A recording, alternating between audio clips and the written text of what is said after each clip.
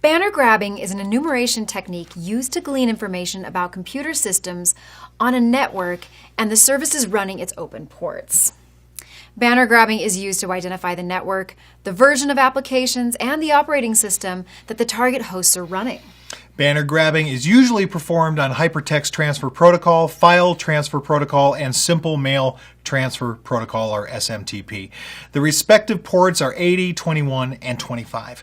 Tools commonly used to perform banner grabbing are Telnet, Nmap, and Netcat. After identifying all the information that is associated with the client domains, it is now time to begin query DNS. Since DNS is used to map IP addresses to host names and vice versa, we will want to see if it is insecurely configured. We will seek to use DNS to reveal additional information about the client. One of the most serious misconfigurations involving DNS is allowing internet users to perform a DNS zone transfer. There are several tools that we can use to enumerate DNS to not only check for the ability to perform zone transfers, but to potentially discover additional host names that are not commonly known.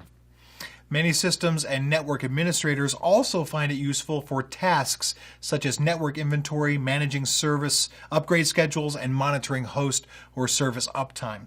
Nmap uses raw IP packets in novel ways to determine what hosts are available on the network, what services, what application name and version those hosts are offering, what operating systems and OS versions they are running, what type of packet filters or firewalls are in use, and dozens of other characteristics.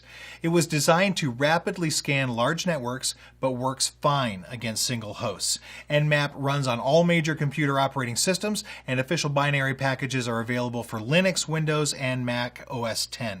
In addition to classic command line Nmap executable, the Nmap suite includes an advanced GUI and results viewer, a flexible data transfer, redirection, and debugging tool, a utility for comparing scan results, and a packet generation and response analysis tool. Visual Route has been extremely useful. We refer many of our users to it when they have connection problems to our service.